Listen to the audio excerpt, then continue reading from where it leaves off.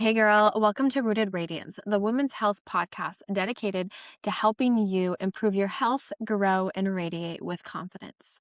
Today, we're diving into a topic I see women struggle with every single day, and that's weight loss. After years of working with women as a dietitian, I've noticed the same patterns come up again and again.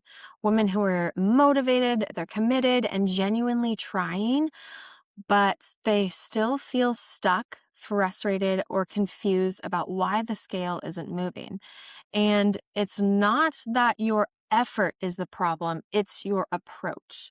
So today I'm breaking down the 5 biggest weight loss mistakes I see women make, why they happen, and what you can do instead to finally see sustainable results. Okay, let's get into it. The first mistake that I usually see is that maybe you're eating healthy, but you're not actually in a calorie deficit.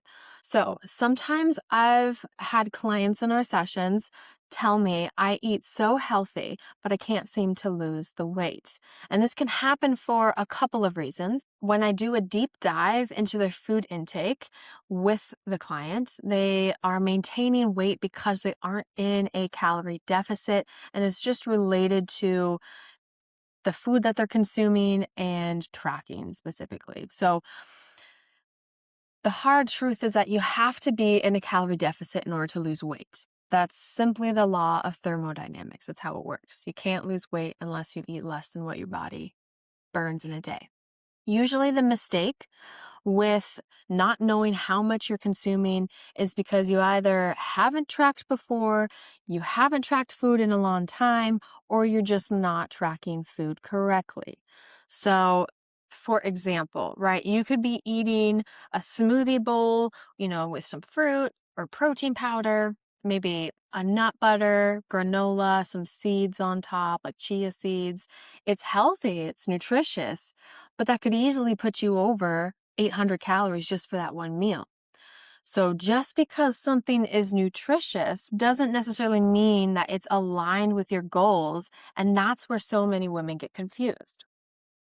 So if you haven't tracked food ever or haven't tracked in a long time, and I'll preface with if you do not have an eating disorder, okay?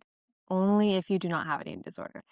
Then I would suggest tracking your food for 3 to 7 days just so you can see how much you're having in general.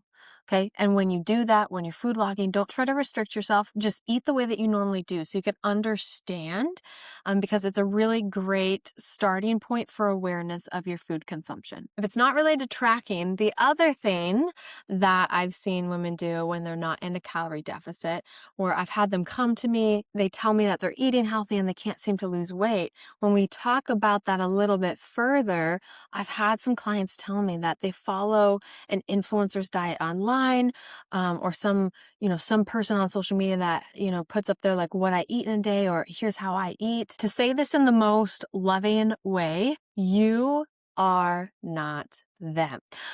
It's really important to understand that your body is different than theirs. So what someone eats, how much someone eats and consumes does not translate to what you should have or what you and your body needs in a day. You can definitely get meal ideas. All right. I post a ton of meal ideas and recipes on my social media. And if you're not following me already, follow me at Dietitian Nicole Ibarra on Instagram, TikTok, etc. But following what someone specifically does can actually do you harm. You might not be getting enough nutrients that your body needs. You might have medication and food interactions. You might have other medical conditions. Your labs are for sure going to be different than someone else's. And the list just continues to go on from there. So again, your body is not their body. And so you should not be eating the same thing and the same quantities, etc., that somebody else is. And again, I say that in the most loving way, but that could be keeping you stuck.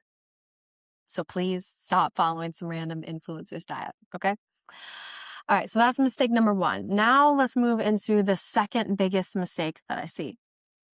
The second biggest mistake I see is continuing to push calories lower and lower. It's okay to adjust calories a little bit lower than previously. However, you can really run into trouble with weight loss if you just continue to do that over and over again, pushing your calories extremely low, below your BMR, which is your basal metabolic rate, which is simply just the amount of calories that you would need to survive on a daily basis if you were just lying down, doing nothing. Or you can continue to lower calories to the point where it impacts your hormones negatively. And that can slow weight loss, mess with your hunger cues, impact your menstrual cycle, and tank your energy so much that you just stop working out altogether. And then most likely you're not even in a calorie deficit anymore.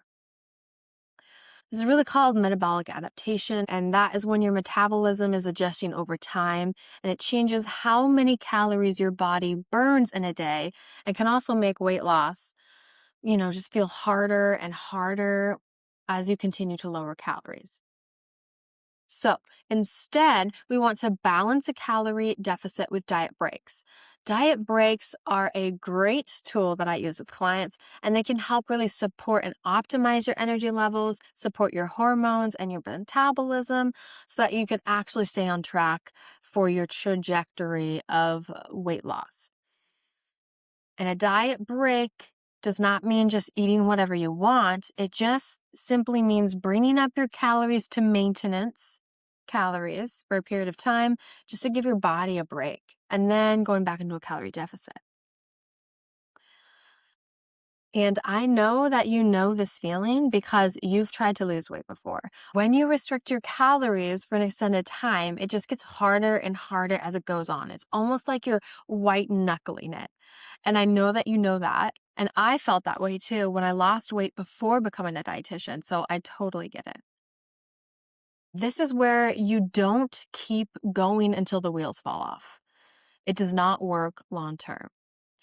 You might get to point B, but now you're burnt out, your energy is gone, and your car can't go further. So you just end up stuck, frustrated, and then falling back into gaining the weight and yo-yo dieting again. Okay, so the third biggest mistake I see is suboptimal protein intake. Now, you're probably really familiar with protein because protein has been a really hot topic and trend in the last few years. It's popping up everywhere. However, it's still important to emphasize when it comes to weight loss. Protein is a macronutrient that really helps to keep us full. When you're in a calorie deficit, it's completely normal to feel hungrier because you're consuming less than your body is burning in a day. Protein can really help to blunt that hunger response if it's used properly and in the right quantities. And that really helps to make it easier to stay in your calorie deficit to actually lose weight. Another benefit to having a higher protein intake when in a calorie deficit is its higher thermic effect of food, which is called TEF. TEF is essentially the energy that's burned to digest, absorb, and metabolize the food that you eat. Now, protein has the highest TEF of about 20 to 30%. Carbs have about 5 to 10%, and fat has about 0 to 3%.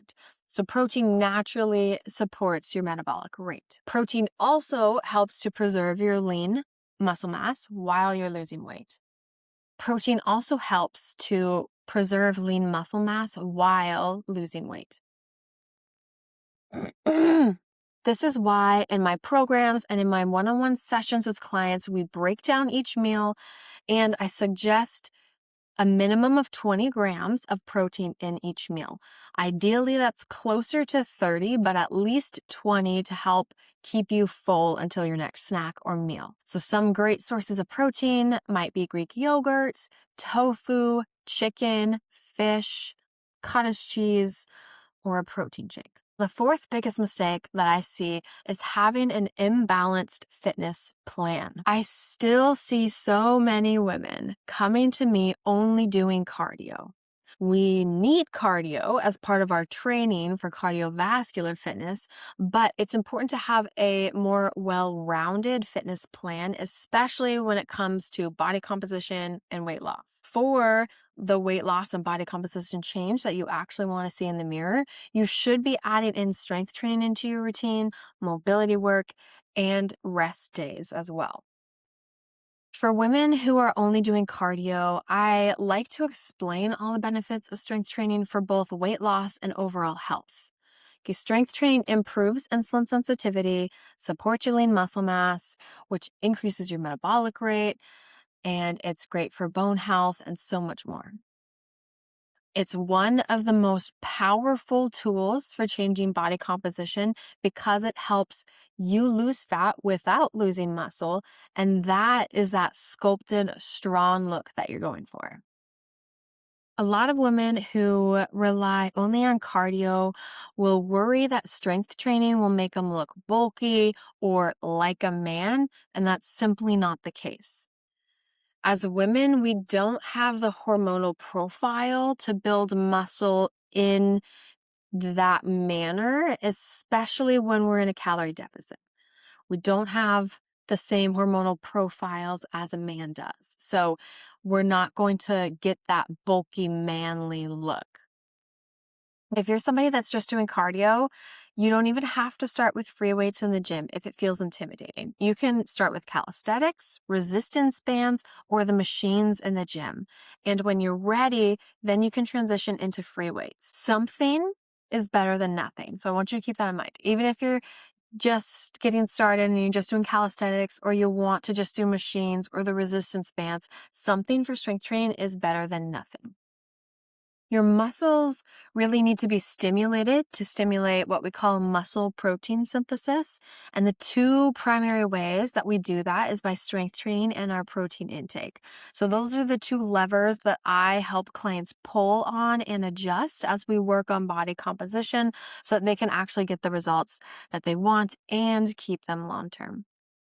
Okay, the fifth biggest mistake I see women make time and time again is when women cut out foods they enjoy from their diet when they are losing weight. If you cut out foods from your diet that you actually enjoy, this will backfire on you.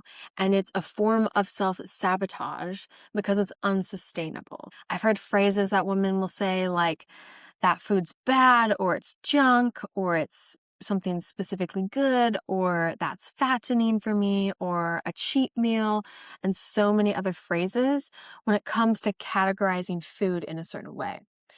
And the problem with this is nutrition isn't black and white, and labels more often than not distort and twist our relationship with food, and that can lead to shame, guilt, and sometimes an eating disorder like anorexia nervosa, orthorexia, bulimia, binge eating, and others. So finding a balance with food and having foods you enjoy is okay. I like to call them indulgent bites. So an indulgent bite might look like having some cheesecake, enjoying a steak dinner with wine, or keeping your favorite chips in the house. We can sprinkle those into your diet.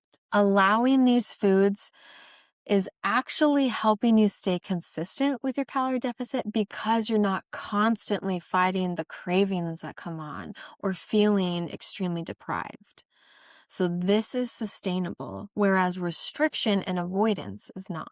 I hope this episode helps you feel empowered and clear about what actually moves the needle with weight loss and what might be holding you back without you realizing it.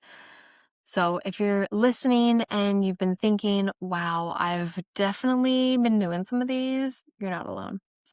And you don't have to navigate this journey by yourself. If you want personalized support, clarity, and a plan that actually works for your body and your life, you can book a one-on-one session with me, or you can email me at nicole@nicoleibarrard.com about coaching. If you enjoyed this episode, it would mean so much to me if you followed the podcast on whatever platform you listen from and left a 5-star review. It truly helps other women find Rooted Radiance and get the support they need to. Have a beautiful day, and I'll see you in the next episode of Rooted Radiance.